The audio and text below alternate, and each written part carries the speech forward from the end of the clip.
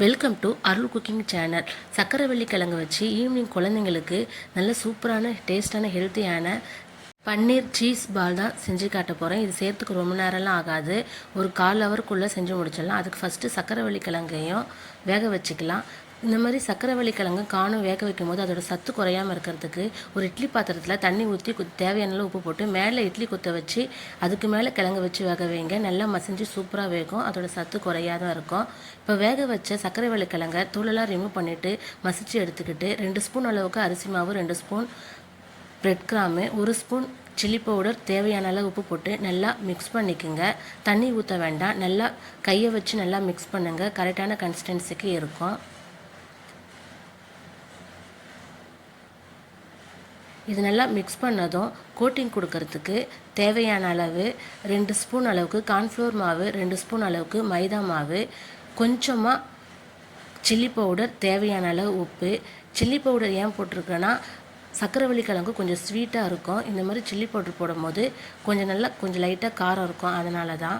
உங்களுக்கு வேண்டாம்னா ஸ்கிப் பண்ணிக்கோங்க. தேவையான அளவு தண்ணி ஊற்றி நல்லா மிக்ஸ் பண்ணிக்கலாம்.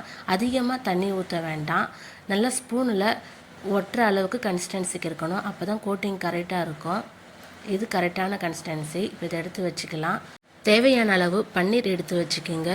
மேலே கோட்டிங் கொடுக்கறதுக்கு பிரெட் கிராமையும் ரெடி பண்ணி எடுத்து வச்சுக்கிறேன். நெக்ஸ்ட்டு உங்கள்கிட்ட என்ன சீஸ் இருக்கோ எது வேணால் நீங்கள் யூஸ் பண்ணிக்கலாம். இப்போ எல்லாத்தையுமே ரெடி பண்ணி வச்சுக்கலாம். ஒரு பீஸ் பன்னீர் எடுத்து சீஸை கட் பண்ணி நல்லா ரோல் பண்ணிக்கிறேன்.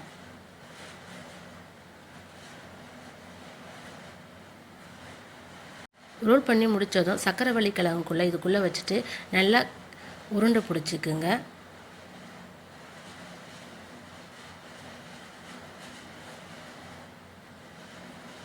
இப்போ இதை கார்ன்ஃப்ளவர் மாவுக்குள்ளே போட்டு நல்லா டிப் பண்ணிக்கலாம்.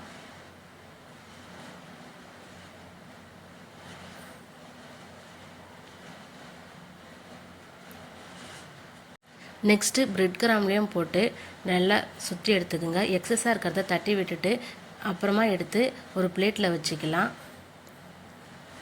இதே மாதிரி எல்லாத்தையுமே செஞ்சு ரெடி பண்ணி வச்சுக்கலாம்.